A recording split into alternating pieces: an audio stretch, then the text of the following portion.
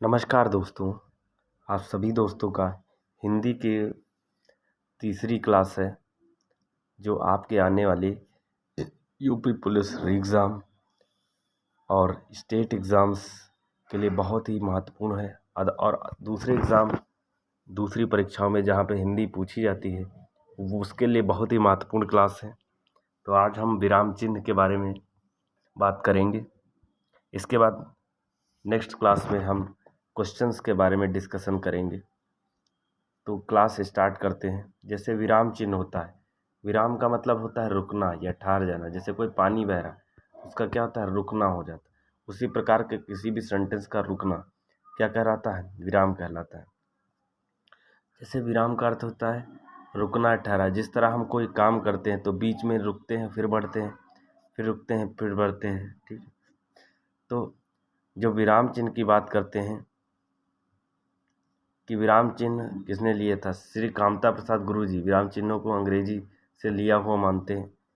पूर्ण विराम को छेड़कर से अन्य सभी विराम चिन्हों को अंग्रेजी से संबद्ध करते हैं। जैसे हम बात करते हैं कामता प्रसाद गुरुजी ने जो विराम चिन्ह है उनकी संख्या टोटल कितनी बताई है, 20 बताई है। प्रश्न बनता है परीक्षा में कि कामता प्रसाद गुरुजी के अनुसार विराम चिन्हों की संख्या कितनी है, 20। जैसे पहला चिन्ह है आपका अल्प विराम, इसमें कॉमा होता है। अर्ध विराम एक बूंदी और साथ में कॉमा होता है। पूर्ण विराम में एक डंडा होता है। प्रश्नवाचक में क्वेश्चन मार्क लगा होता है। आश्चर्य में डंडा के साथ नीचे बूंदी होती है, इसको विस्मयादिबोधक वाक्य कहते हैं।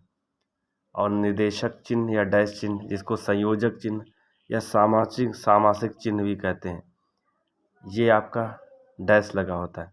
कोष्ठक में आपके छोटा कोष्ठक, मझला कोष्ठक और बड़ा कोष्ठक होता है।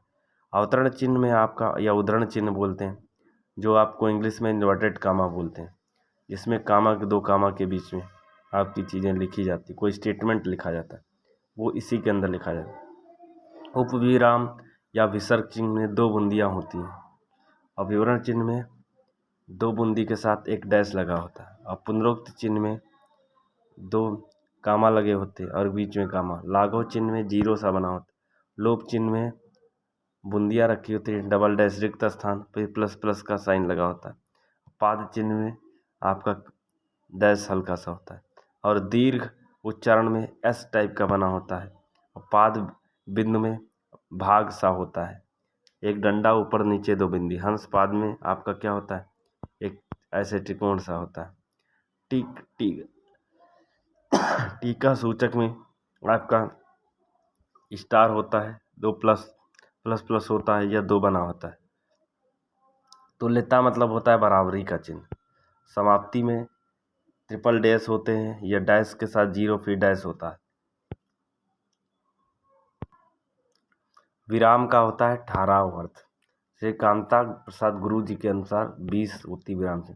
अल्प विराम में केवल कामा होता है, अर्ध विराम में बूंदी और कामा। तुत विराम जिसको कहते हैं हंस विराम, जब कोई चीज़ छूट जाती भी तो उसको लिखा जाता है। ऐसे राम कहाँ जा रहा है तो उसमें किस विराम चिन्ह का प्रयोग किया जाता है, प्रश्नवाचक का। पूर्ण विराम में वाक्य अंत में लगाते हैं इसको। उपविराम में दो बूंदी। किसी विराम चिन्ह का प्रयोग सर्वाधिक किया जाता है, अल्प विराम चिन्ह का प्रयोग सर्वाधिक किया जाता है। उद्धरण चिन्ह जब किसी कथन का ज्यों का त्यों लिखा जाता है तो उसके लिए उद्धरण चिन्ह का प्रयोग किया जाता है। जब उद्धरण चिन्ह की बात हम करते हैं तो जब कोई बात लिखी जाती है तो जहाँ पर आप कोई बात लिखते हो, लिखने से साथ साथ आप उसके बारे में एक्सप्लेनेशन करते हो, तो वहाँ पर जिस चिन्ह का प्रयोग किया जाता है उसको हम क्या बोलते हैं, उद्धरण चिन्ह बोलते हैं। संक्षिप्त या विराम चिन्ह का रूप दिखाने के लिए हम जीरो का प्रयोग करते हैं। निर्देशक चिन्ह संकेत के लिए प्रयोग किया जाता है। रात्रि और निशा में किस प्रकार का चिन्ह का, तुल्यता सूचक बराबरी का।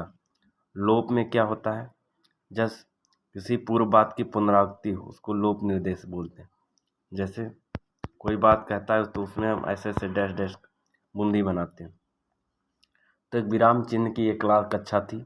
ये हिंदी की तृतीय कक्षा है। हिंदी आपके प्रत्येक एग्ज़ाम के लिए महत्वपूर्ण है जिसमें हिंदी पूछी जाती है। यही सहयोग और प्यार बनाए रखें इस यूट्यूब चैनल के ऊपर, इस परिवार के ऊपर। अपने छोटे भाई को ऐसे ही सहयोग और प्यार प्रदान करते रहिए और लगन ईमानदारी के साथ पढ़ाई करते रहिए।